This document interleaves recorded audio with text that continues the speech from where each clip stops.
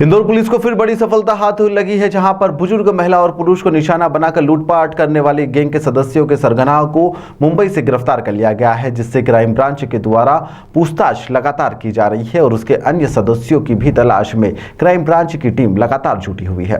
पूरे मामले में जानकारी देते हुए डीसीपी आदित्य मिश्रा के द्वारा बताया गया कि शहर के विभिन्न थाना क्षेत्रों में बुजुर्ग महिला और पुरुषों के साथ में यहां पर लूट की और डकैती की झूठी कहानी बनाकर यहां पर बदमाशों के द्वारा लगातार घटना को अंजाम दिया जा रहा था और इसी के तहत सीसीटीवी फुटेज और सबूत के आधार पर पता चला कि मुंबई के अम्ब्रेला क्षेत्र में 1000 ईरानी परिवारों ने इन्हीं की तरह वेशभूषा रखकर पुलिस ने 5 दिनों तक अधिक प्रयास के बाद में 3 ईरानियों को गिरफ्तार कर लिया है। उनका नाम हैदर ईरानी, हुसैन ईरानी और यूसुफ खान बताया जा रहा है। बुजुर्गों को यह लोग निशाना बनाकर सोने चांदी के जेवरात और धोखाधड़ी को अंजाम देकर चोरी कर फरार हो जाते थे। वहीं पर नकली पुलिस बनने में यह लोग काफी माहिर भी थे। शहर के विभिन्न थाना क्षेत्रों में वारदात को यह अंजाम भी दे चुके हैं। शहर के विभिन्न थाना क्षेत्रों में वारदातें जो सामने आई थी, अब इसे पुलिस पूछताछ में जुटी हुई है और तमाम सबूतों को भी जुटा रही है।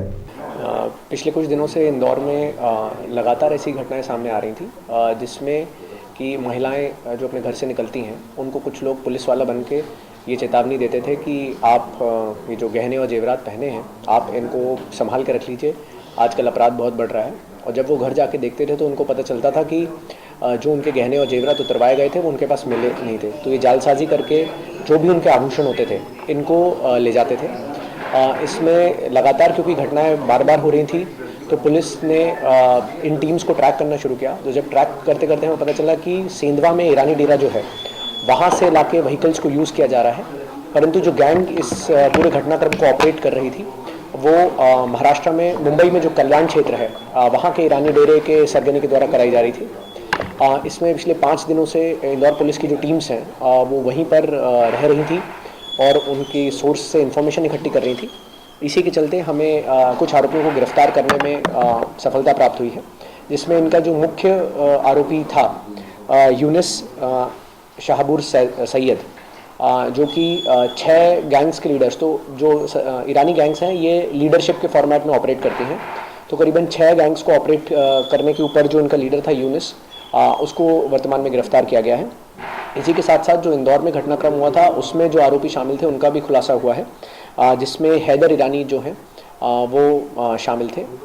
इन लोगों के जब आपराधिक रिकॉर्ड सर्च किए गए तो पता चला है कि करीबन 30-32 अपराध पूर्व में भी इन पर दर्ज हैं और बहुत सारे अपराधों में ये फरार चल रहे हैं। तो जो अन्य अपराधों में ये फरार हैं उनके भी न्यायालयों को सूचित किया जा रहा है, जिससे कि इनकी भी विभिन्न इंडिया भर में जितने भी थानों पे इनके ऊपर अपराध पंजीबद्ध हो इनकी गिरफ्तारी सुनिश्चित की जा सके।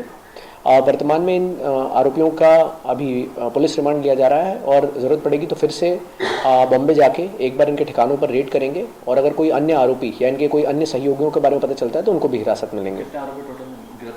अभी इसमें एक आरोपी गिरफ्तार हुआ है जो उनका लीडर था। इसके साथ साथ 2 आरोपियों के और नाम के खुलासे हुए हैं। वर्तमान में अभी इनको पुलिस रिमांड के लिए न्यायालय में पेश किया गया है। इंदौर की तो 6 वारदातें हैं, जिसमें 2022 की भी कुछ वारदातें हैं। 2022 में राजेंद्र नगर में जो स्नैचिंग हुई थी उसकी वारदात है। उसी के साथ साथ जो अभी 3 घटनाक्रम मल्हारगंज में 2 और 1 पलासा में हुआ था वो वाले घटनाक्रम में ये इन्वॉल्व थे। और उसी के साथ साथ एक गांधीनगर में पिछले साल जो घटनाक्रम हुआ था जिसमें फर्जी पुलिस बन के पैसे लेके चले गए थे और गले की चेन लेके गए थे सुपर कॉरिडोर से, वो वाली भी वारदात इन्होंने कबूली है।